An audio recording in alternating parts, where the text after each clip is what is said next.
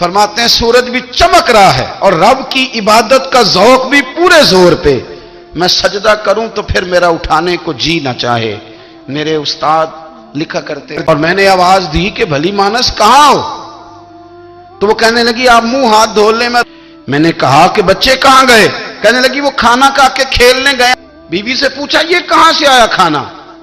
بچوں کو تو نے کہاں سے کھانا کھلایا؟ یہ سارا کچھ کیسا ہے؟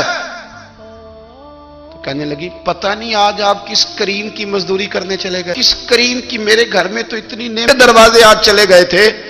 یہ کہتے کہتے وہ اٹھی اور اٹھ کر کے کہنے لگی پہلے بڑا کچھ آیا تھا، اب کیا لے آئے ہو؟ اور جا کر کے نا اس نے وہ ریت والا رومال کھولا، کہنے لگے میں تو لے کے آیا تھا ریت، تو میرے رب نے اسے بھی سونے اور ہیرے بنا دیا تھا۔ جب آپ کی توجہ اللہ کی جانب، میرے نبی پاک صلی اللہ تعالی علیہ وسلم نے فرمایا ہر چیز اپنے رب سے مانگ، ہر چیز مانگ، ہر چیز مانگ۔ یا رسول اللہ کیا کچھ؟ میرے محبوب نے فرمایا تیرے گھر میں نمک بھی ختم ہو جائے تو وہ بھی اپنے رب سے مانگا کر، تو مانگنا وہ تجھے دے گا، تو اس کی بارگاہ میں کشکول طلب دراز تو کرنا۔ اور ترمذی شریف میں عجیب لفظ ہیں، رسول کائنات نے فرمایا، رب کریم فرماتا ہے جب میرا بندہ ہاتھ اٹھاتا ہے نا تو مجھے حیا آتی ہے کہ میں خالی کیسے لوٹا دوں اس کے۔ اتنے بڑے بادشاہ کی بارگاہ میں، او بھائی لوگوں سے عزتیں تلاش کرتے ہو تو وہ کیا تمہیں عزت دیں گے؟ وہ تو کل اچھا کہتے ہیں پرسوں برا کہنے لگ جاتے ہیں۔ لوگوں کے سامنے گڈ بک میں آنا چاہو گے تو وہ تو سویرے تمہارے بارے میں کچھ کہیں گے، شام کچھ اور کہیں گے۔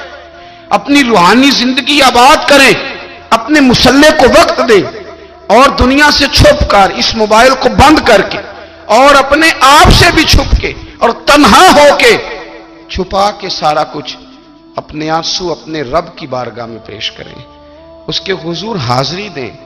سنو نا ترمذی کی حدیث، اور اسے یاد رکھنا، نبی پاک علیہ السلام نے فرمایا اپنے دکھ لوگوں کے سامنے نہ بیان کرنا، سیٹھوں نوابوں کو نہ بتاتے پھرنا، دنیا داروں کے سامنے جا کے نہ رونا کہ میں تکلیف میں ہوں۔ فرمایا اگر دنیا داروں کو دکھ بتاؤ گے رب تمہیں کبھی غنی نہیں کرے گا۔ اور لوگ ہیں کہ الٹا مذاق اڑائیں گے، آپ کی جس سے بڑی پکی یاری ہے نا، پکی، وہ تب تک پکی ہے جب تک آپ نے 50,000 مانگا نہیں، اور جس وقت آپ نے کہہ دیا کہ میں مجبور ہوں میری مدد کر تو پھر ختم ہو گئی دوستی۔ لوگوں کی تعلقات آپ کے ساتھ تب تک ہیں جب تک آپ ان سے کوئی ضرورت وابستہ نہیں کرتے۔ کریم محبوب فرمانے لگے بندوں کے سامنے دکھ نہ بیان کرنا، اللہ تجھے کبھی غنی نہیں کرے گا۔ تو اپنے دکھ اپنے رب کو بتا، تو دعائیں مانگ، تو اس کی بارگاہ میں حاضر ہو، تو اس کے حضور عرض کر۔ فرمایا اپنے دکھ اپنے رب کو بتا، وہ جلدی کرے یا دیر سے کرے تجھے ساری دنیا سے بے نیاز کر دے گا، تجھے کسی کا محتاج نہیں رہنے دے گا۔ اپنے مسلح کو، اپنی دعاؤں، ایک بزرگ فرماتے ہیں میں نے دعا مانگنے کا طریقہ اپنی بیوی سے سیکھا۔ دعا مانگنے کا طریقہ اپنی، سیکھنے والے تو اپنے بچوں سے بھی سیکھ لیتے ہیں، سیکھنے والے تو ہر ایک سے سیکھتے ہیں۔ وہ کہتے ہیں میں نے دعا مانگنے کا سلیقہ اپنی بیوی سے سیکھا ہے۔ حضرت وہ کس طرح؟ فرمانے لگے میری بیوی نے نا مجھے کوئی کام بتایا، کچھ پیسوں کی ضرورت کے لیے کہا، تو میں نے اسے کہا کہ بھئی ابھی میرے پاس نہیں ہے، کچھ دنوں میں آتے ہیں تو میں دے دوں گا۔ عورتوں کی عادت ہوتی ہے وہ بار بار یاد کراتی ہیں، 2-4 دنوں کے بعد پھر اس نے کہا حضرت وہ میں نے کہا تھا کچھ پیسے، میں نے اسے کہا کہ ابھی میرے پاس نہیں ہے، کچھ دنوں میں ملتے ہیں تو میں تمہیں دے دوں گا۔ اس نے کچھ دنوں کے بعد پھر کہا حضور وہ میں نے کچھ پیسے کہے تھے۔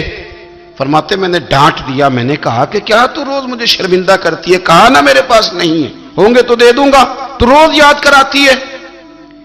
فرماتے ہیں اس نے پہلے تو میری ڈانٹ کو سہا، پھر میرے سخت جملوں نے اس کی آنکھوں میں آنسو پیدا کر دیے، پھر اس نے اپنے آنچل میں اپنے اس دکھ کو سمیٹا، اور پھر اس نے ایک جملہ کہا تو میں رو پڑا، اور مجھے اپنے رب سے مانگنے کا طریقہ آ گیا۔ مجھے کہنے لگی حضرت جی آپ نے ڈانٹ دیا میں نے سہ لیا، پر آپ ہی میرے شوہر ہیں، بتائیں نا آپ سے نہ کہوں تو میں کس سے جا کے کہوں۔ فرماتے ہیں میں رو پڑا، اور میں کھل کے رویا، اور میں تڑپ کے رویا، اور پھر میری سسکیاں بند گئیں۔ تو مجھے کہنے لگی آپ کو کیا ہوا؟ میں نے کہا مجھے بھی دعا مانگنی آ گئی ہے، جب میں اسے کہوں گا نا اللہ تو ہی میرا رب ہے، میں تجھ سے نہ کہوں تو میں کس سے جا کے کہوں۔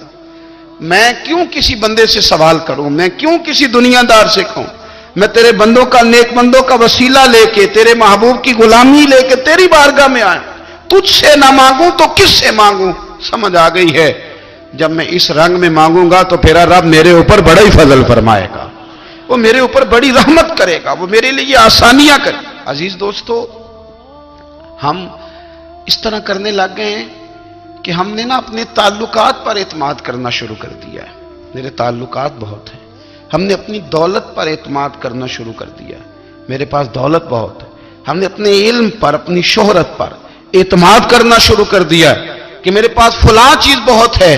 یاد رکھنا، جب بے نیاز اپنی صفت بے نیازی دکھاتا ہے تو بڑی بڑی دولتوں والے مجبور نظر آتے ہیں۔ بھائیو، جب انسان کا رشتہ اپنے مالک کے ساتھ ہوتا ہے پھر تو غم بھی کچھ نہیں کہتے، پریشانیاں بھی کچھ نہیں کہتی، پھر تو زندگی صبر والی، پھر تو زندگی توکل والی، پھر تو زندگی بھروسے والی، پھر انسان اپنے آپ کو رسوا نہیں کرتا، دنیا داروں سے امیدیں اس کی ختم ہو جاتی، امیدیں اللہ رسول سے لگا لیتا ہے، مضبوط ہو جاتا ہے، مضبوط، طاقتور ہو جاتا ہے، خوددار ہو جاتا ہے، باوقار، باعزت ہو جاتا ہے۔ حضرت بہلول دانا رحمت اللہ علیہ بیٹھے تھے تو ہارون رشید حج کر کے آ رہا تھا، تو رستے میں حضرت شیخ سے ملاقات ہو گئی تو السلام علیکم کے بعد کہنے لگا، حضور کوئی حکم ہو تو بتائیے گا۔ تو حضرت بہلول دانا فرمانے لگے، تیرا رب کون ہے؟ اس نے کہا اللہ۔ تو فرمایا میرا کون ہے؟ کہا اللہ۔ فرمانے لگے تو بڑا ہی بیوقوف ہے، کیا تو یہ سمجھتا ہے کہ رب ہارون رشید کو تو دے گا اور بہلول دانا کو بھول جائے گا؟ تیرا بھی وہی رب ہے، میرا بھی وہی رب ہے، اس نے اگر تجھے دے کے آزمایا ہے تو ہو سکتا ہے مجھے نہ دے کے آزما رہا ہو، جب اس کی حکمت کے تقاضے ہوں گے تو عطا کرے گا اور دے گا، تو جا اپنا کام کر۔ بھائی، اپنی روحانی زندگی، اپنی عبادات، اپنے وظائف، اپنے روزمرہ کے معاملات، اپنی دعائیں، اپنا استغفار، دیکھو کوئی مشکل کام تو نہیں، 2 رکوع ہیں سورہ واقعہ کے، اگر رات کو پڑھ لی جائے تو۔ میں کس طرح یہ بات بیان کروں کہ تعویذ بانٹنا آسان ہے اور وظیفہ بتانا مشکل ہے؟